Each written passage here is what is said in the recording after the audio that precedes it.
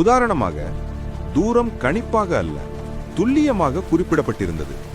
பாதையின் ஒவ்வொரு மைலிலும் ஒரு மைல்கல் இருந்தது. ஒவ்வொரு மைல்கல்லும் பயணியர் அறிந்து கொள்ள வேண்டிய தேவையான தகவல்களை வழங்கியது. நீங்கள் எந்த இடத்தில் இருந்தாலும், ரோமிலிருந்து, போர்மியேவிலிருந்து, கபுவாவிலிருந்து எவ்வளவு தூரத்தில் உள்ளீர்கள் என்பதை துல்லியமாக அறிந்திருக்க முடிந்தது. ஒவ்வொரு 5 மைலுக்கும் ஒரு பொது இல்லமும் குதிரை தடங்களும் இருந்தன. அங்கு குதிரைகளையும் சிற்றுண்டிகளையும், தேவையானால் இரவு தங்குவதற்கான இடத்தையும் பெற முடிந்தது. பல பொது இல்லங்கள் மிகவும் சிறப்பானவை. அங்குள்ள அகன்ற முன்றில்களில் பானங்களும் உணவும் வழங்கப்பட்டன.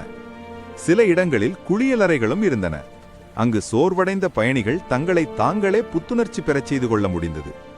மற்ற சில இடங்களில் நல்ல வசதியான உறங்கும் அறைகளும் இருந்தன. புதிய பொது இல்லங்கள் கிரேக்க கோயில்களின் வடிவில் கட்டப்பட்டிருந்தன. அவை பாதையோரத்தின் இயற்கை அழகை மேலும் உயர்த்தின. நிலம் சமமாகவோ சதுப்பு நிலமாகவோ அல்லது புல்வெளியாகவோ இருந்த இடங்களில் சாலை மேடுபடுத்தப்பட்டு அமைக்கப்பட்டது. அதன் பாதை சரிவு சுற்றியுள்ள நிலப்பரப்பை விட 10 அல்லது 15 அடி உயரத்தில் உயர்த்தப்பட்டிருந்தது. நிலம் உடைந்ததாகவோ மலைப்பாங்காகவோ இருந்த இடங்களில் சாலை அந்த மலைகளை வெட்டி வழி செய்தோ அல்லது கற்பாறை வளைவுகளின் மீது பள்ளத்தாக்குகளை தாண்டியோ சென்றது. அந்த சாலை நிலைத்தன்மையை அறிவித்தது. அதன் மேற்பரப்பின் மீது ரோமின் நிலைத்தன்மையின் அனைத்து கூறுகளும் ஓடின. அந்த சாலையில் அணிவகுத்து நடந்த படையினர் ஒரு நாளில் 30 மைல் தூரம் செல்ல முடிந்தது. மேலும் அதே 30 மைலை நாள்தோறும் மீண்டும் மீண்டும் கடக்கவும் முடிந்தது. பொதியங்கள் ஏற்றப்பட்ட வண்டிப்படைகள் சாலைகளில் ஓடின.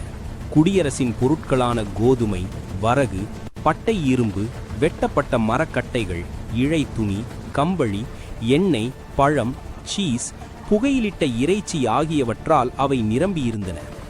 அந்த சாலையில் குடிமக்களில் நியாயமான தொழில்களில் ஈடுபட்டவர்கள் இருந்தனர்.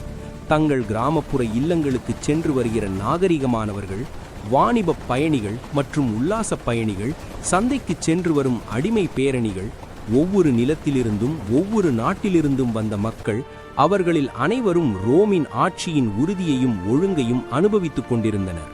அதே நேரத்தில் சாலையின் ஓரமெங்கும் சில அடி இடைவெளியில் ஒரு சிலுவை நட்டிருந்தது. ஒவ்வொரு சிலுவையிலும் ஒரு இறந்த மனிதன் தொங்கிக் கொண்டிருந்தான்.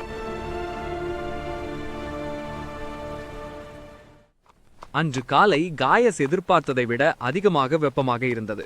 சிறிது நேரம் கழித்து இறந்தவர்களின் துர்நாற்றம் மிகவும் தாங்க முடியாததாக மாறியது. பெண்கள் தங்கள் கைக்குட்டைகளை வாசனை திரவியத்தில் நனைத்து அடிக்கடி மணந்தார்கள். ஆனால் அந்த இனிய மனம் சாலையை கடந்து வந்த வெறுப்பூட்டும் திடீர் நாற்று ஆலைகளை அது தடுக்க முடியவில்லை. அந்த நாற்றத்திற்கான உடல் எதிர்வினையையும் அது தடுக்க இயலவில்லை. பெண்கள் உடல்நலக்குறைவால் வாந்தி உணர்வடைந்தனர். இறுதியில் காயஸ் பின்தங்கி சாலையின் ஓரத்துக்கு சென்று தன்னைத்தானே இலகுவாக்கிக் கொள்ள வேண்டிய நிலை ஏற்பட்டது. அது அந்த காலையின் மகிழ்ச்சியை கிட்டத்தட்ட கெடுத்துவிட்டது.